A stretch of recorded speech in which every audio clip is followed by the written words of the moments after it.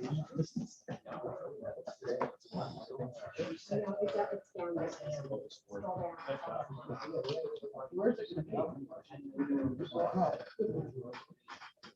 Okay.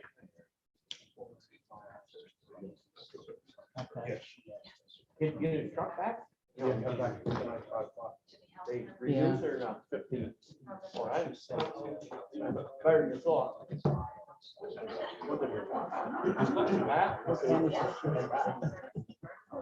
Because she was. You're good? All right, welcome everyone to committee meetings for Wednesday, August 4th. Yeah, and we'll start off with Health Services Committee. One meeting going on over here, guys. We are opening Health Services Committee meeting at 6:02 p.m. And I get to do a couple of special things today before we start our meeting. And Chaplain, would you please come up here?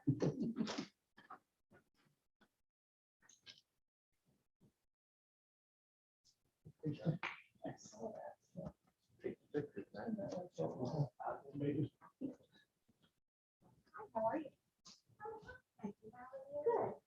Good. He looks worried. I know. Lovely this evening. So, I have two things to do tonight with you.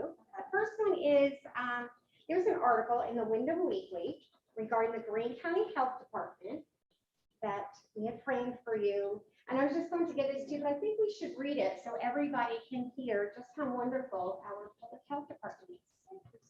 I'll try to read fast, Charlie. So if you telephone the Greene County Public Health Department and get their message line, it says they are operational from 8:30 a.m. to 4:30 p.m., Monday through Friday.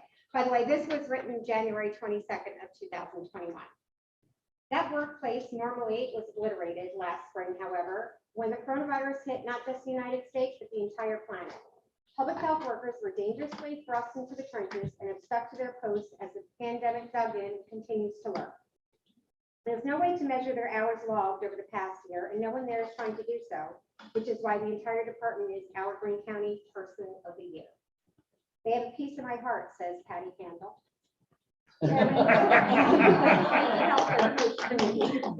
Overseers of the agency. A lot of people might say it's their job and they know what they're getting into, but no, they didn't. Nobody knew, Handel says. Public health has not gone it alone. Strong leadership roles were quickly played by County Administrator Sean Wooten and Legislature Chairman Patrick Linder in the face of the early unknowns. Teaming with County Emergency Services Director John Farrell, Deputy Director Randy O'Mara, and Management Specialist Dan King, safety protocols were enacted and tough decisions were made. Virtually everyone's life was changed overnight. While there was no way to know at the outset that COVID-19 would be hunkering down for the long haul, public health is fortunately doing the same.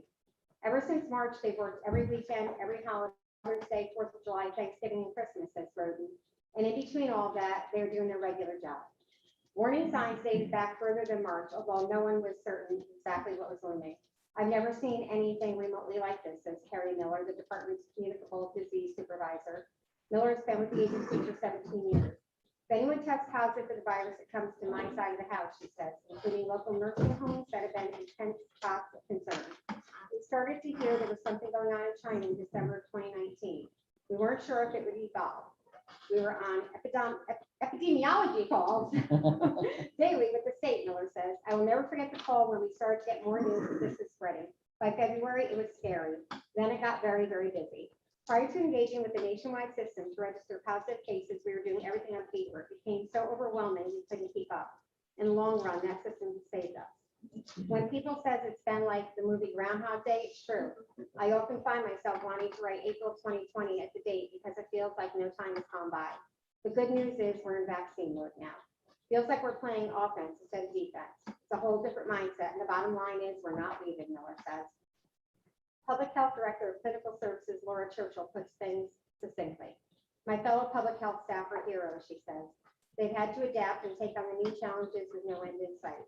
Staff from all branches of public health are now adept with contact tracing, isolation, and quarantine, COVID testing, and now vaccinated. They show up every day, evenings, weekends, and holidays. They've been adaptable and courageous. They are not at the bedside, but they are at the end of the phone talking to positive cases, assessing whether they need an ambulance, food, or just someone to listen to, they says. They've driven people to hotels, brought them food, thermometers, and medication. This pandemic has been a challenge that has forced us to adapt and learn new skills, but we have learned many lessons. After 30 years in nursing, I can say for certain this is the biggest medical crisis I've ever faced. And my first job in nursing was working with children with HIV and AIDS. On a positive note, we've had the opportunity to meet and know many members of our small community firsthand, nursing home administrators and staff, school nurses, superintendents, and business owners. The recent demand for the vaccine has been overwhelming, but I look at this positively because it's the only way to move us past this crisis, back into a more normal life, Churchill said. Public Health Director Kimberly Kaplan put things in perspective, saying, "This has been a historic moment for public health, and our department truly answered the call to service. Our response for necessity was immediate. The need continues to increase exponentially as so many in the community are touched by the impact of the virus, some at great personal cost. Public health continues to respond by every means possible to protect our community. Tracking, testing, and now vaccination are all accomplished by a team that is always ready to take on the next challenge. My message to our community is to continue to be vigilant, protect yourself and your family by washing your hands, wearing a mask, and practicing social distancing. Please be patient as we wait for the vaccine to become more widely available," Kaplan says, proudly providing staffers' names, adding, "I'm impressed every day by their level of dedication, skill, and compassion. Lori Bell, Dana Brown, Mina Byrne, Diane Campisi, Lauren Clark, Kayla Ecott, Elizabeth Cobble, Gianni Figueroa, Heather Halverson, Jillian Jenkins, Wendy Johnson, Donna Giuliano, Carol Kelly, Megan Kelly, Kelly Kircher, Claudia Marchi, Penny Martinez, Kathleen McCarthy, Brittany Mendock, Christy Moon, Jennifer Pizarro, Holly Pavlin, Marianne Powers, Casey Redmond, Tanya Skinner, Nicole Sanchini, Barbara Wallace, Molly Young, Dr. Suzanne Mesidor, Linda Deo, Helene Barden, Doris Vetter. Special thanks to our volunteers and others who are so vital to our work," Kaplan says, further acknowledging Lynn Betts, Barbara Caldera, Brandon Gazer, Catherine Huber, Dr. Joseph Lombardo, Anthony Lochran, Charlotte Hutchins, Zoe Hutchins, Brenda Macchio, Nicholas Mercado, Tanya Ernst, Debbie Lane, Cassandra Smith, Tammy Bone, Stacy Deo. We could not be more proud of you and your department.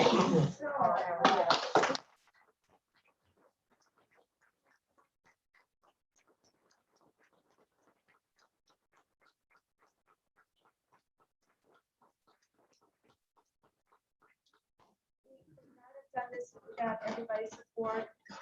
The department stepped up, I mean, and they continue to. Everybody is willing to wear any hat necessary, but also the county, the other departments that jumped in and helped us day after day. They went to pods, they went to the EOC, they came in the office, they fielded calls, all these things. We could not have done it without the team. We really couldn't. I mean, everybody worked with us, and we couldn't have done it without them. And that continues to be the case. Thank you so much. Everybody will be so happy to see this. This really means a lot. You are our heroes. Thank you. And then, no, And there's more. There's more. I was gonna put this down. Certificate of recognition. This certificate is presented to Kimberly Kaplan by the Greene County Legislature in sincere appreciation for 10 years of service as a dedicated employee of our county. Dated June 1st, 2021, signed by Patrick Linder, Chairman. Thank you. Thank you. Thank all. you for I being really with us. appreciate it. That's the 30 more.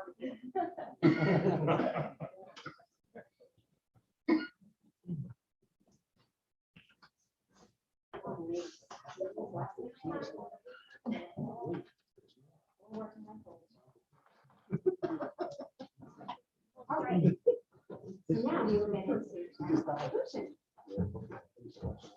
First resolution, authorizing agreement, Greene County Mental Health Center with Cairo-Durham Central School District. I'd like to move that. I'll second that. Harry seconds, all in favor? Aye. Opposed? That's carried. Authorizing agreement, Greene County Mental Health Center with Woonsocket Athens Central School. Bloomer. Hobart and Bloomer, all in favor? Aye. Opposed? That's carried. Number 3, authorizing agreement, Greene County Mental Health Center with Tannersville Central School District. Rivera, Hobart, all in favor? Aye. Opposed? That's carried. Authorizing agreement, Greene County Mental Health with Windham-Ashland-Jewett School District. Handle, Homer. Over, all in favor? Aye. Opposed? That's carried. Authorizing the agreement, Greene County Mental Health and Questar 3. Sorry, what was the first one? Rivera and. Rivera and Blumer? Lavera Keller. Keller, sorry. All in favor? Aye. Opposed? That's carried. Authorizing agreement, Greene County Public Health Early Intervention Program and New York State Department of Health Early Intervention Administration Contract number C-36407GG. Second. Patty, I just have a question for Kim on this. Early intervention, for what's the early intervention?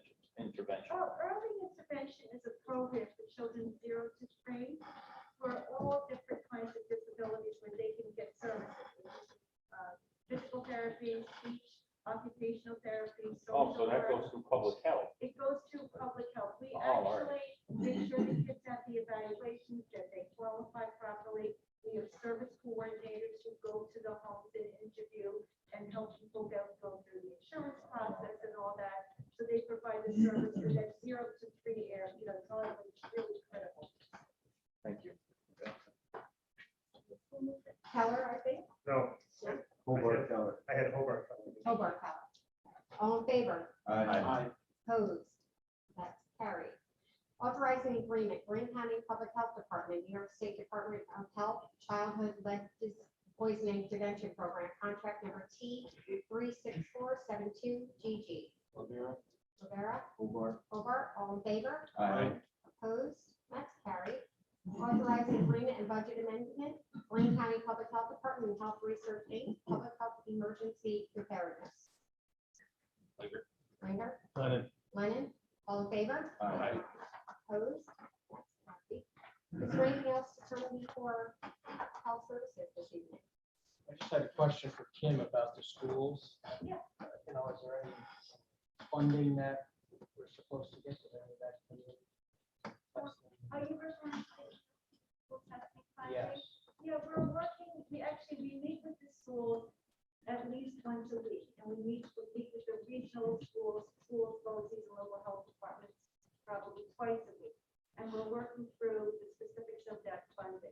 We just actually had a meeting with the DOH today. They were finalizing some of the terms, and we have our application fully in. We're going back and forth on some of the specifics, but the funding is not yet available. I would surmise it would be a reimbursement issue rather than an advance. Okay. But the schools are ready to open. The schools are ready to open. They're meeting very frequently and actively, looking August and tell them what it's going to take to open. The districts, I think it's important that the capital districts are all meeting with public health directors. They have a unified approach and a unified system, so that you don't have one district doing one thing and somebody else doing something different. So that's been taking a lot of time. Complicated issue, but everybody wants schools open. Everybody wants schools open. The whole capital district, we're all really working together. It's the schools, the public safety, and the local health departments working together to get this accomplished. Is that applicable to all schools though? I mean, some of our graduating classes aren't, you look at like capital district schools where they're graduating thousands of kids, 700. Well, if you graduate 100 class. But we have different issues, and we have schools that are more similar to us, and schools that are larger and so forth. But we're really working through all the specifics that we have in common, busing, cafeterias, classrooms, all of those things. Sports are coming up shortly, so we all have the same issues on there, on that.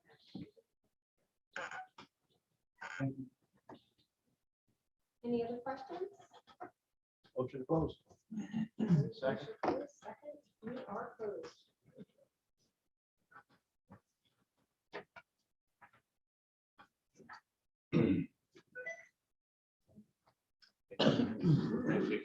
Thanks, Amanda.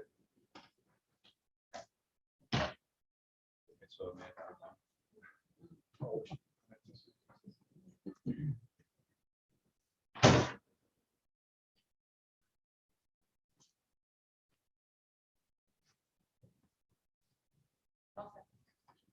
Tammy. I'd like to call the county resources order at 6:17. We have 3 agenda items on the docket for this evening. The first one being our 21-22 operating budget for the college. With us tonight, we have Dr. Drummer and Ms. Diane Koppel, who handles a lot of the administrative business side of it. And if you need to say anything, now's your time. Come on up, Diane. I have a little bit to say. Okay. If you don't mind. Conversation. Last year, I walked through the budget packet page by page. I won't try to bore you too much and take too much time, but I thought that went really well, so I'm going to try that again. Hopefully you all have the packet electronically or in paper.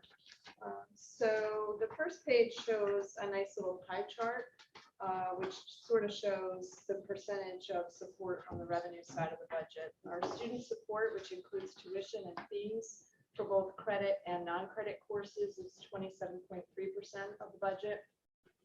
State support, which is our state aid, is 16.87% of the budget.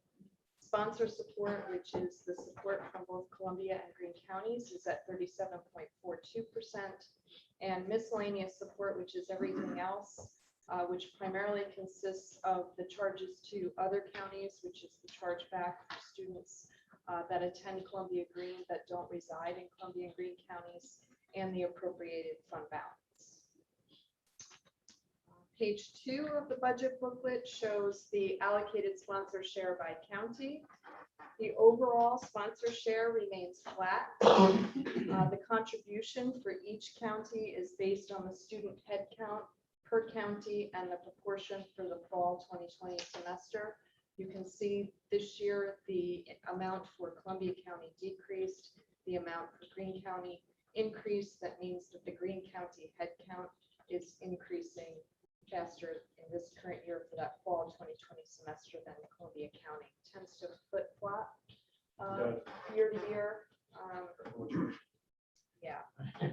Last year it was the opposite. If you recall, Greene County decreased, Columbia County increased. So if there are any questions, you want to interrupt me, please feel free to stop me or ask at the end. Page 3 is overall revenue projections. Our tuition and fees are based on approximately 904 FTE overall. This was very difficult to project post-COVID. Trying to be optimistic, we're trying to get back to business as usual. We do have some online, some in-person classes for the fall, mostly for our first-year students, and we do still have quite a few online remote classes in the fall. Hopefully in the spring, fingers crossed, we'll be able to get more students back on campus. At any rate, the projections here are consistent with actual numbers from our fiscal year 2019-20. So I went back to a semi-pre-COVID semester to try to be a little bit optimistic into the future. There is no increase in tuition and fees. The majority of our peers are holding their tuitions flat. The average tuition in the current year for the 30 community colleges is $5,021.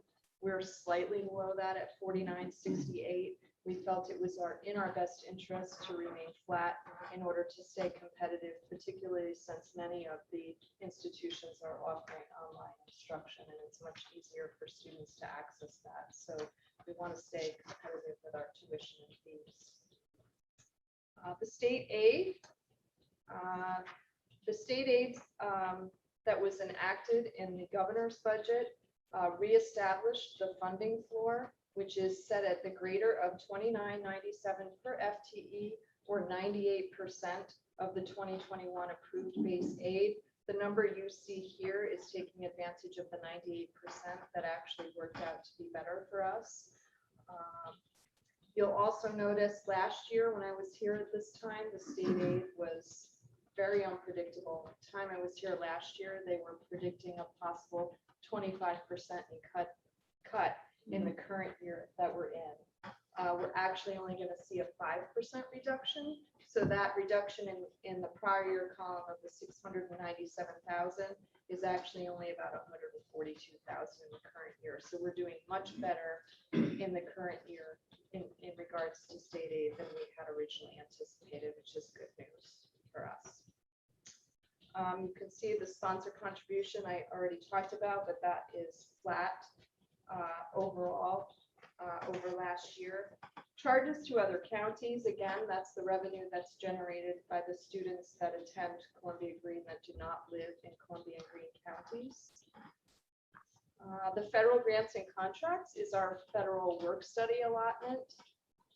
We have, during COVID, did not have really any student workers on campus. We expect to have some students back on campus in the fall, which is great.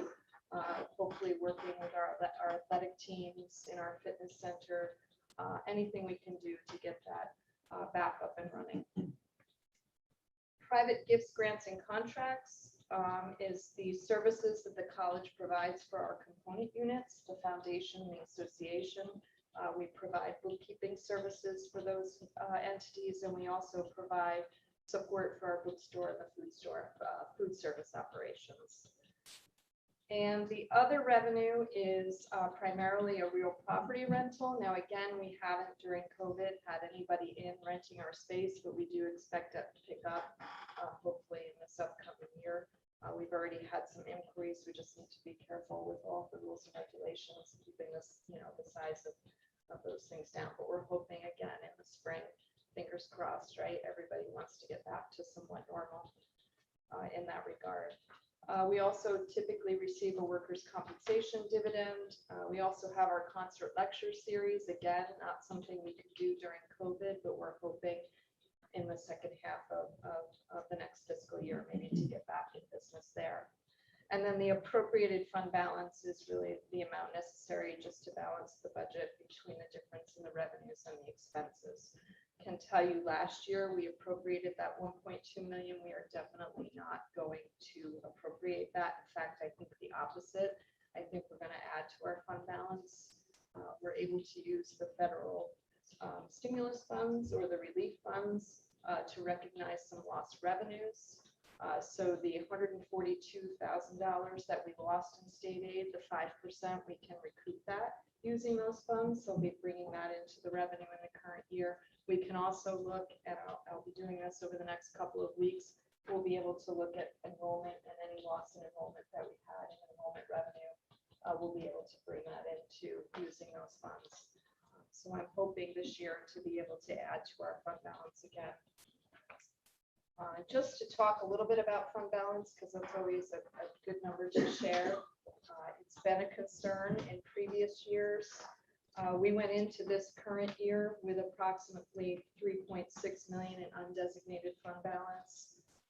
That's about 20%, and SUNY recommends 5 to 15%. So we're really going into this next year in very good shape. Very happy about that. To give us a chance in this transition year, bouncing back from COVID, to be able to do that. So happy to share that information. Any questions on page 3 before I move on? Anything I've said so far? Diane, on that Yes. fund balance, have you already put a certain dollar amount in from this federal money Not for the yet. 3.6 million? Not yet. Okay. Yeah, so that I expect that that's going to increase. Yep. Page 4 is a schedule of our tuition and fees. Again, this has not changed from the previous year. Page 5 is where we start to get into the expenditures.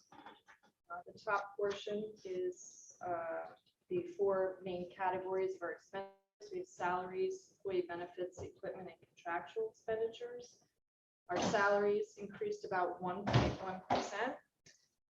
This includes the potential for the need to bring back some of our part-time employees that we laid off during the pandemic. An example, we had several part-time employees, one that worked in athletics, student activities, and as we start to bring maintenance department, we've already brought 2 back. As we start to get more people back on campus and we start to get these things up and running in a more normal way, we're gonna need to bring maybe some of those folks back. So for those areas, I have petitions in here to hopefully be able to do that. Also includes contractual obligations, and then we have 2 contracts that are pending negotiations, so there's potential for increases there. Employee benefits.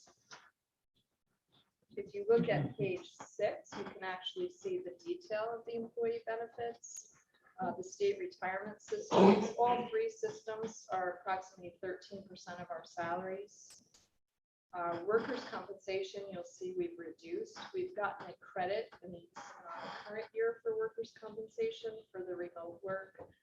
They've compensated us for the risk, the lower risk.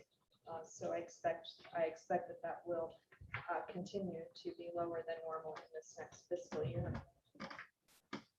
Hospital and medical insurance. So our medical insurance premiums are increasing in this next cycle by 5.03%. We did have some very high cost claims, which impacted our renewal rates. But I can say the initial rate that they came through with was 15%.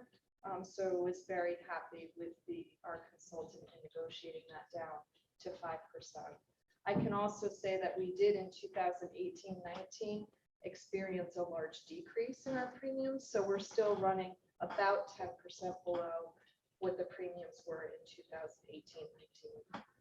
Diane, are you in a certain safety group of college? Or are you independent? For health insurance? No, for workers' For compensation. workers' comp, we're in the New York State Insurance Fund. Yeah.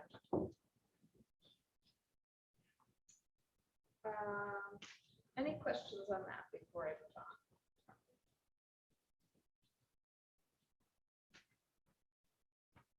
Page 7 is really a summary of the contractual expenditures, just gives you a little more detail on the spending categories. A couple of things I like to point out there, and I always ask Carly to help me with this one. Public information and promotional costs and printing, like to combine. We had a little shift in some of our marketing efforts. We're partnering with a company called Liaison, which does printing of targeted postcards to students. Carly, can you share what that is? This company takes prospective students and sends each one of those prospects a personalized postcard. So it would say, "Dear Diane, we understand you're interested in business and accounting. Columbia-Greene has the program for you." And then there is a designated URL that is a website. It takes you to a website that you think is actually part of Columbia-Greene's website, but it's very deceptive. It's not. And again, when the web page comes up, it will say, "Dear Diane, Columbia-Greene is looking forward to welcoming you to campus. Here's what you can find in our accounting program. And we also understand that you're interested in dogs." And so we have, this kind of activity for dogs, and it goes into a lot of different aspects of it. According to the statistics from this company, they have helped some colleges increase their enrollment by as much as 30%.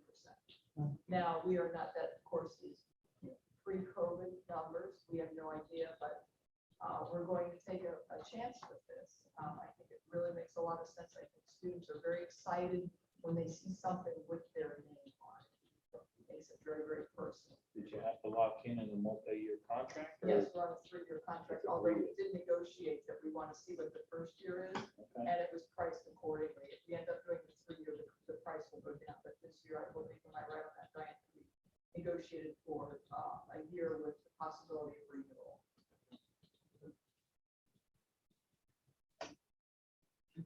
And page 8 is just an equipment, a little more detail on our equipment summary. Furniture and equipment is primarily some projection equipment in a couple of our classrooms that's outdated. We have some equipment in the kitchen that needs to be replaced for our food service. Computer hardware is primarily replacement computers for a few of our student labs. The machinery and small equipment includes some automotive lab equipment for our automotive program and some groundskeeping equipment. And then the vehicle is a replacement gator again for our groundskeeping staff. That concludes my presentation. Are there any questions on what I've done? What's, one question, please. Sure.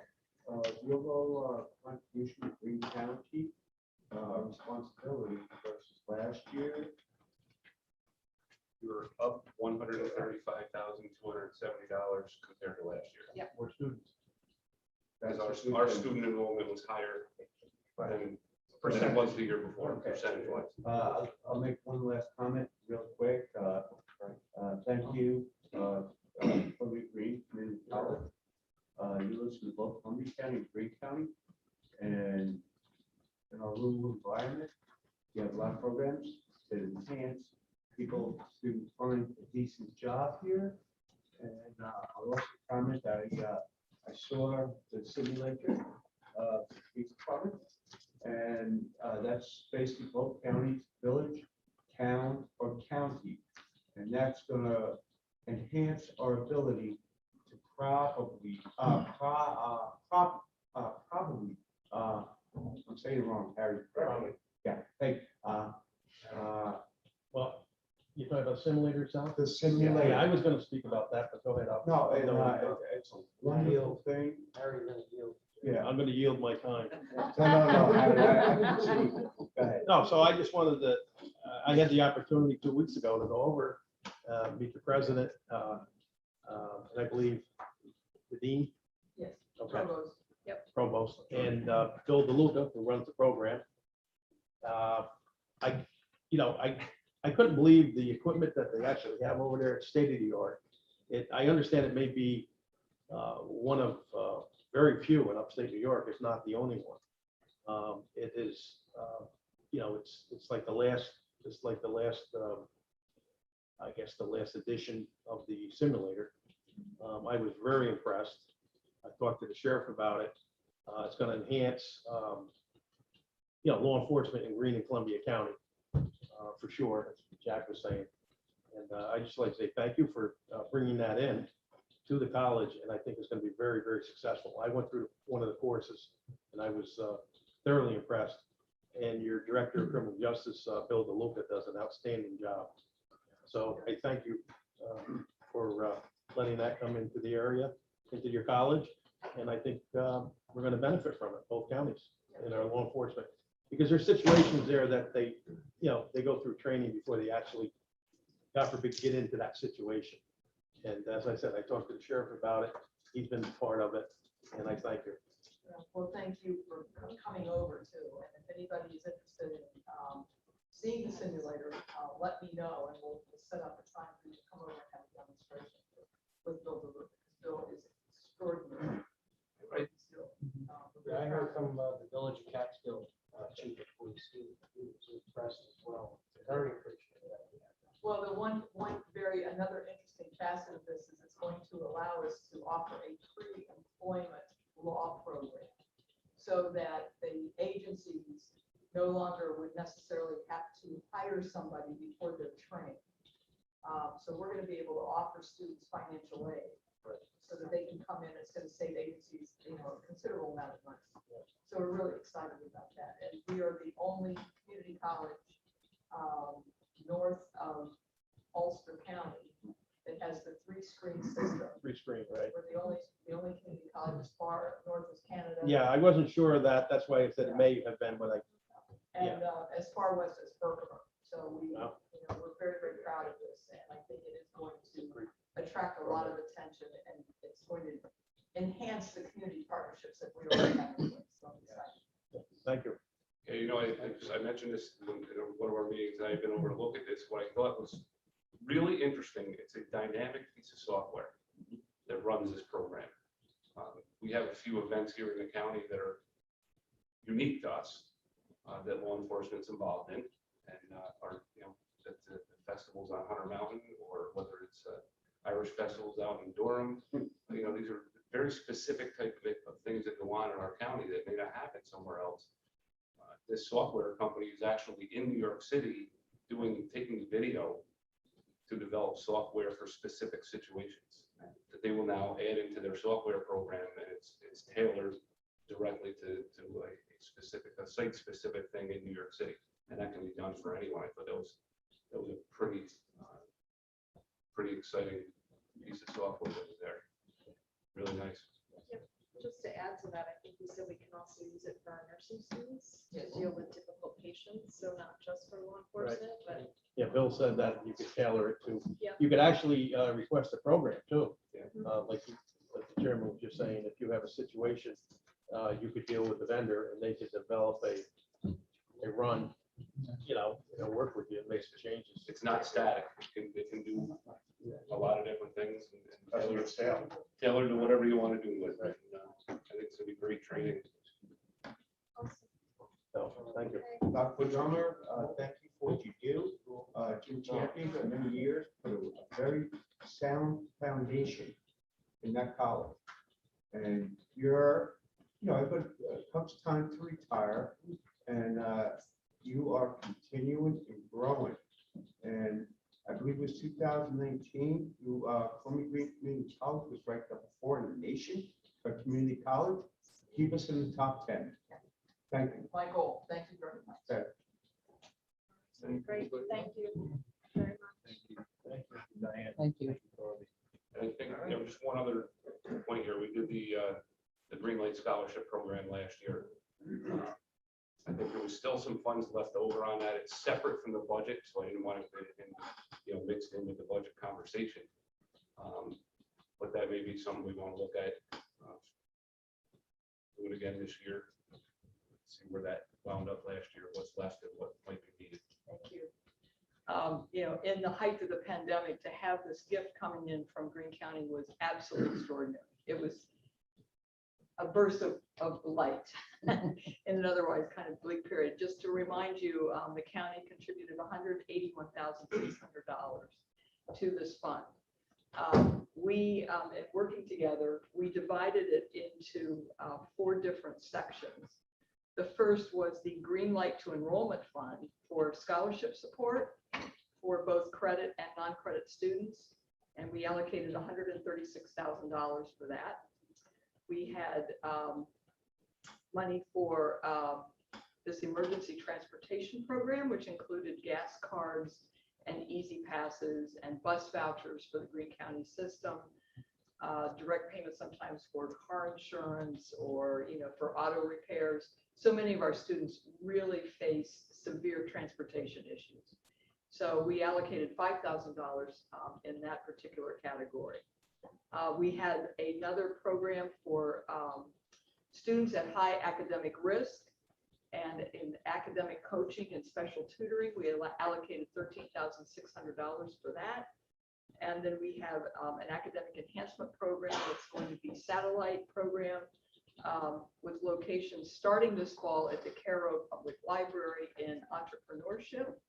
And we are hoping to continue that kind of programming up at WAJ. I've talked to Superintendent Torco. He's interested in bringing a program up there. And another individual reached out to me recently and said, could we start something in Tannersville? So, we're looking, at these satellites, which I think are very, very important, especially for people who live very remotely from the college. So we allocated $27,000 to that fund. And the way it broke out was because of the virus, of course, as Diane already mentioned, we did not have our full complement of students on campus. But in the fall, we had 18 credit students and 2 non-credit students who took advantage of that, and that was $32,179. In the spring, we had 28 credit students and 3 non-credit students. So that was 31 students altogether, and that took us up to $47,675. So the total that we spent last year out of the $136,000 was $79,850. And that leaves us with a remaining balance of $33,320.15. So we're so delighted to be able to help people. And I received a packet of thank you notes, which I have for you, but I don't want to read all of them because we'll be here until midnight. but I wanted to read a couple that were terribly moving to me, and I wanted to share those with you. This individual writes, although I have a way to go, this scholarship will bring me much closer to the bachelor's in nursing that I seek upon completion of this program. By receiving this scholarship, it has relieved some of the financial stresses that have befallen me during this time. This will allow me to focus more on my academic studies. Through this, I hope to pay it forward by helping those in need, as you have done today for me. Another student writes, receiving this academic scholarship will lighten my financial burden, which allows me to focus more on the important aspect of school, and that is learning. I take the process of learning in this profession extremely seriously. Particularly in these unprecedented times, I sit with the reality and responsibility of what it means to be a nurse, which in turn enables me to study with a fierce determination. Your generosity has inspired me to help others and give back to my community. I hope one day I will be able to help students achieve their goals, just as a scholarship has helped me. And then finally, this one, I left the best for last. This was addressed to all of you, individual names. I would like to express my heartfelt gratitude to the members of the Greene County Legislature for considering me for a Greene County Cares Fund scholarship. I would also like to thank you each individually for making these funds available and investing in the members of our community in true Greene County, New York fashion. Representing all 9 districts of Greene County, you are the backbone of a great county. I have been proud to call Greene County my home for 20 years. This fund is just another example of Greene County having value of and investing in the members of the community and making education a priority. Thank you for everything you do. And I certainly echo that as well. I couldn't say that any better. The other 3 categories that we had allocated for the fund, we have not spent any money on yet because of the virus. So, you know, that will roll over into the coming academic year. The balance remaining will also roll over. We are getting a lot of inquiries already about the fund as we ramp up for the fall semester.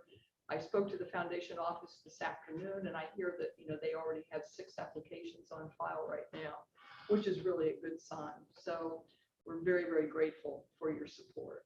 And if there are any questions, I will be happy to answer. Well, I have a question, Sean. What did we appropriate in our budget for this year for the college? I know last year the 180,000 was available because our sponsorship fee was reduced by 180. Correct. So Because we have split fiscal years, you'll decide that when you adopt the next budget. Yeah, we actually wound up with 2 reductions. One was initially when the budget was presented to us, but then there was a secondary reduction in the college budget that dropped their budget 300,000, and we took a second reduction last year. But even with this 135 that we're going up now this year, I don't think it brings us even close to the number that we I budgeted to. That's what I was wondering. Yeah, That's what the budget was. Depending on how much you want to consider replenishing the initial investment so that you have the same success level. I would anticipate that through the budget cycle. However, again, because calendar years are different, we want to give the school a hint as to how much the fund can increase. We could do that anytime we wish. Okay. Here, thank you, letters. Thank you. And just to clarify, the Greene County Legislature does not make the decisions on who gets these grants. It does not, that is left up to your foundation completely. I understand that, but let the public think it's you guys. We don't make those decisions. Yes, we make the funds available. We don't decide who gets the grants. Yeah, that's true. Our financial aid office works very in hand in glove with, you know, our foundation director. So Obviously, they're selecting for the people of it. yeah, it's and the other really interesting sort of, you know, happening because of your generosity. We've had a number of donors who saw the story in the newspaper and have come forward and said, we'd like to help Greene County too. So that's been incredible. And I thank you all so much for your support. Come see the simulator. Awesome. Thank you, Carl. All right, anybody else have anything for 2 lovely ladies from the college? Oh, my goodness. Gotta be careful with that. Yeah. The governor fixed it tonight. All right, so let's go forward with these resolutions. Strike that from the. First one's adopting the 2021-2022 operating budget for the college. I need a motion. Overblock. Lennon and Overbaugh. Any other discussion? All in favor? Aye. Opposed? So carried. Next one we've got is appointing a member to the Fish and Wildlife Management Board, and this man is Lawrence DiDonato. I need a motion on this. Lavera. Second, Jane Dorrington. Any discussion on this? Glad someone's stepping up. Yeah. It'll be an addition. I spoke to him at the, youth fair, at the wildlife display exhibit they had. He's excited about it. Walt was with him. So he's gonna do a great job. He knows the law, he knows over years at that time, DPC officer. So I think he'd be a great addition. Need a motion on this? Got the motion in a second. Second, all in favor? Aye. Opposed? So carried. Last but not least is appointing member to our Columbia-Greene Workforce Development Board. And you can see it's Mrs. Fitzgerald. She's an HR manager with Essendant, and she's replacing Trent Sano from Dualcom. I need a motion on this. Overblock. Overblock, I'll second it. Any discussion? All in favor? Aye. Opposed? So carried. Any other business to come before county resources? The fair was very successful this year. Yeah. Weather cooperated. Yeah. Yeah, definitely. About time. Yeah. Okay, motion to close. Motion closed. Overblock, second Rivera, we are closed. Thank you.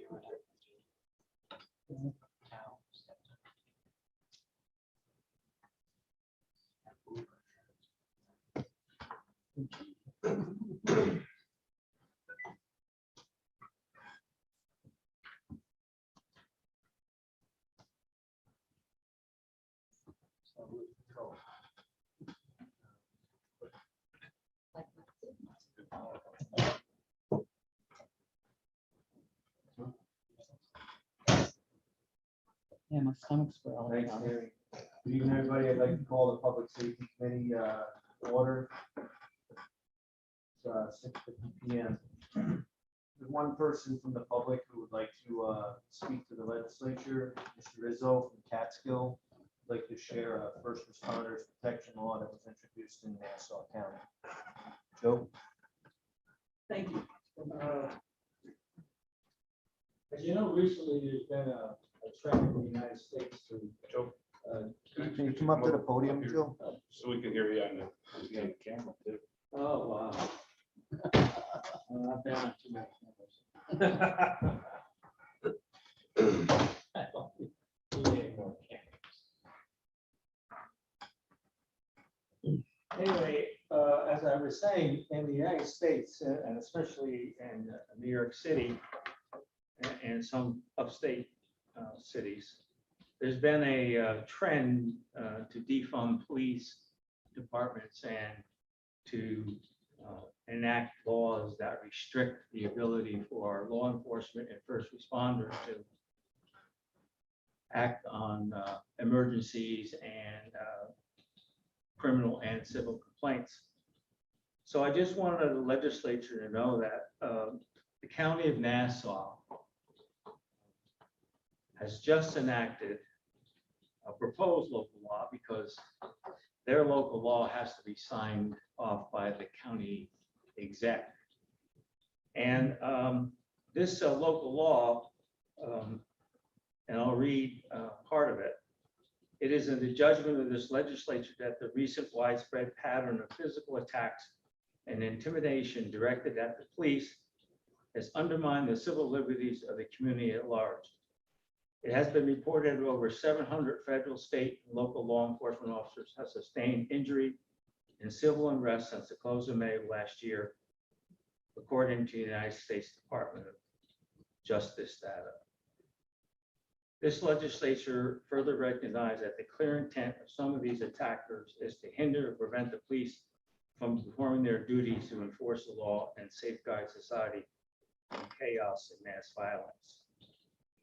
And in essence, what this law will allow that law enforcement officers and first responders will be allowed to sue those individuals who attack them or cause injury to them and take them to court in order to get financial compensation.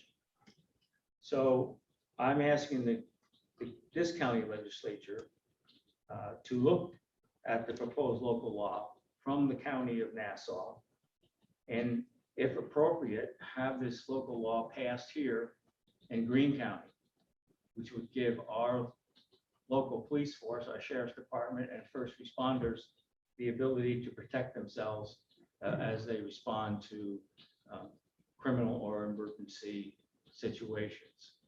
And that's the reason I'm here. I'm not sure whether the county exec in Nassau County will sign that. She is, I guess, looking into this particular law with the state attorney and the Department of State. So that's the reason I'm here. I wish this legislature to consider this resolution. It's fairly concise. It doesn't need any more than just to put Greene County's name on it.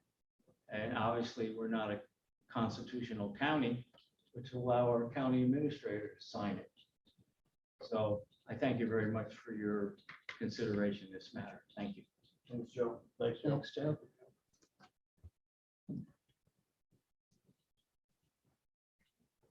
Thanks, Joe. Okay, there's 5 proposed action items. Before we get into that, we have Randy Omerodd, Deputy Director of Emergency Services. Randy, got anything?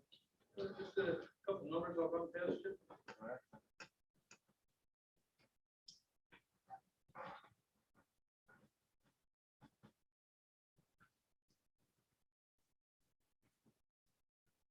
Thank you. Good evening, everyone.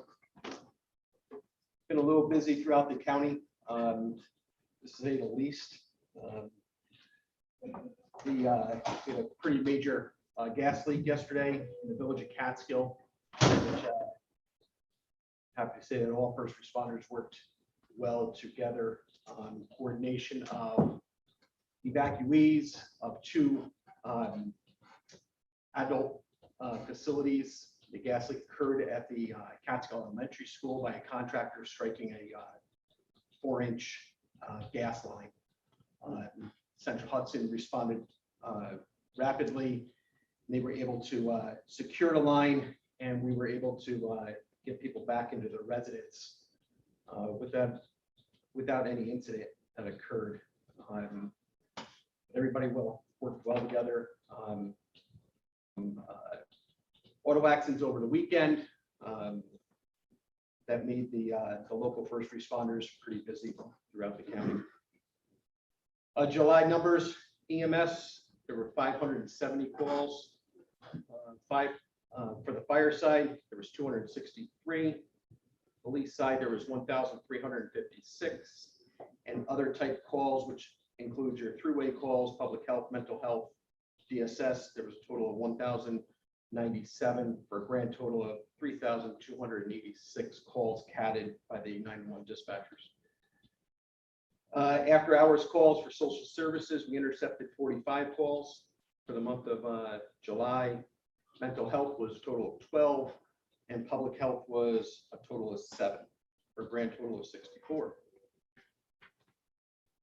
Call volume, we received 2,465 911 calls, and we received 3,422 admin emergency line calls, and we intercepted 465 rollover calls from the sheriff's office for a grand total of 6,352 calls. We are pretty busy, to say the least. So But everybody's doing a well job between the dispatchers and first responders, law enforcement, EMS, and fire all around. So hats off to everybody. They've done a tremendous job. Any questions? Been a rough time the last week here. Yes, it That's has. especially. Yes, it has. So, thank you. Thank you, All right, Randy. thank you, Randy. Sheriff Kuzminski.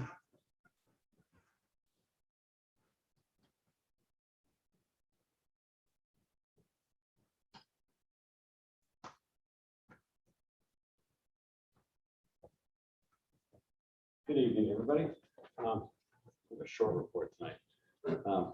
As Randy said, it's been extremely busy this month in all facets of what's been going on here. So for numbers, we had 119 civil attempts, 90 civil papers served, issued 58 traffic tickets, investigated 22 traffic accidents, made 16 arrests, 1 DWI arrest, handled 443 calls for service, made 154 traffic stops. On the jail side, the transition team has finished the training scenarios and are conducting sweeps in preparation for opening. On July 1st, 21, the starting jail population was 27. As of July 31st, 21, it was also 27. Corrections officers did 43 transports, traveling 3,226 miles, totaling 88 hours, moving 36 inmates.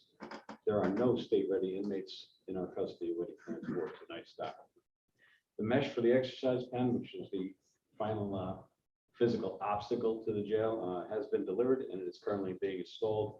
It's scheduled to be completed on August 13th. Upon its completion, we will contact the COC and request approval to open.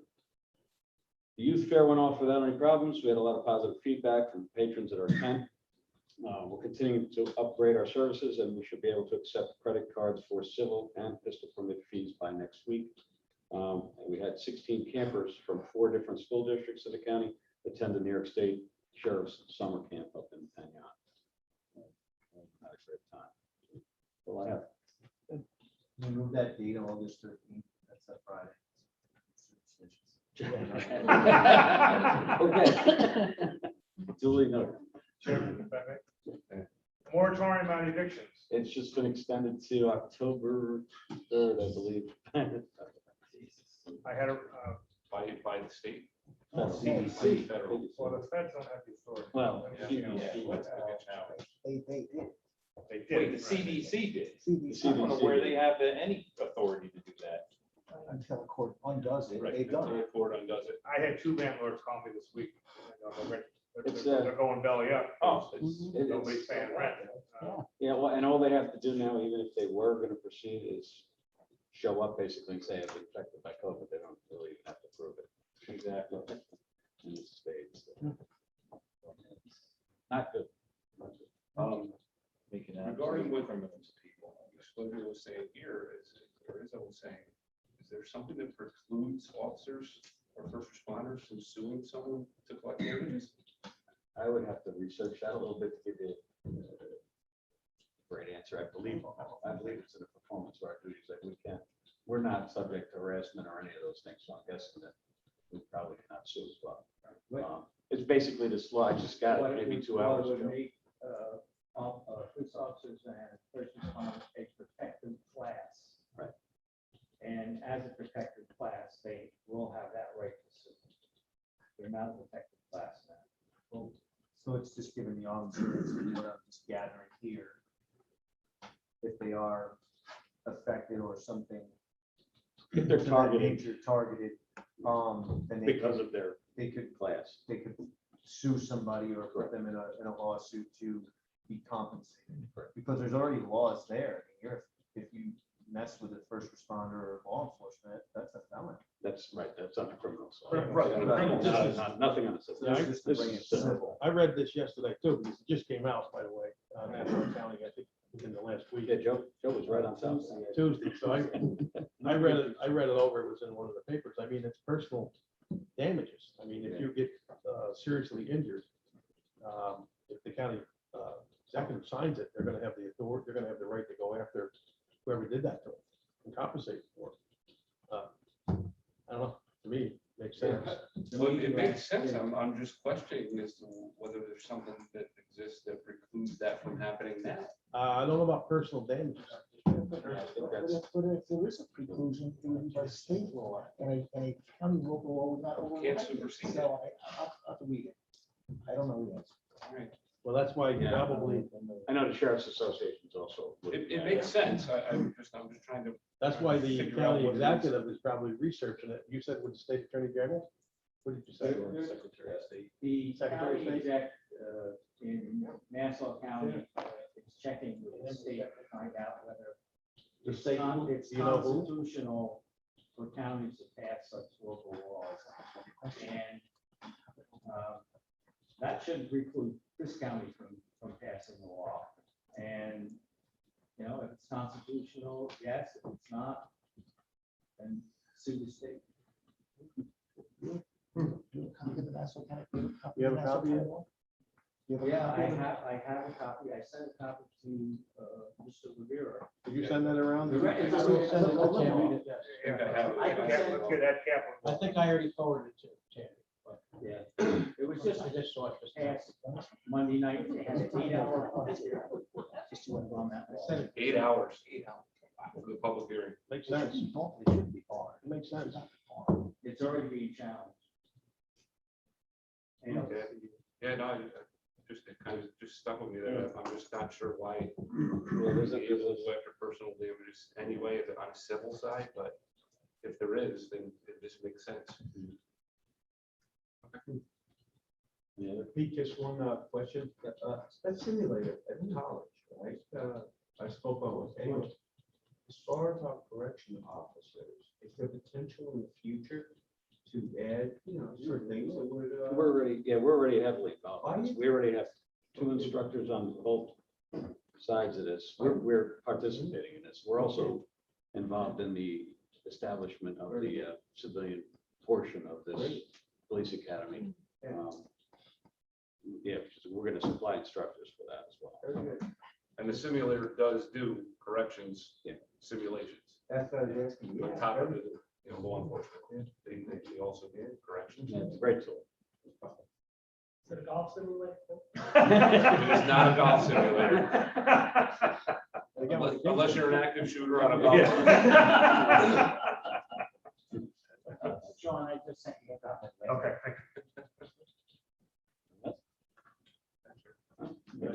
Thank you, sir. Okay, into the proposed action items. First one, authorizing agreement, Greene County Sheriff's Department with Cairo-Durham Central School District. Lennon, Handle, Lennon. All in favor? Aye. Opposed? Carried. Second one, authorizing agreement with Greene County Sheriff's Department with Greenville Central School District. Linger. Cleaner. Handle. All in favor? Aye. Opposed? Carried. Third, authorizing agreement, Greene County Sheriff's Department with Hunter Tannersville Central School District. Gardner? Lennon, Gardner, Lennon. All in favor? Aye. Opposed? Carried. Fourth, authorizing Greene County Sheriff's Department with Windham-Ashland-Jewett Central School District. What's that? I need a second, Thornton. Thornton, Bloomer. Bloomer. Thornton, Bloomer, all in favor? Aye. Opposed? So carried. And the last, authorizing out-of-state travel for Greene County Sheriff's Office. Mark Lennox, Bloomer. Bloomer. All in favor? Aye. Opposed? So carried. Entertain a motion to adjourn. Handle. Lennon. Lennon. Thank you. Good job.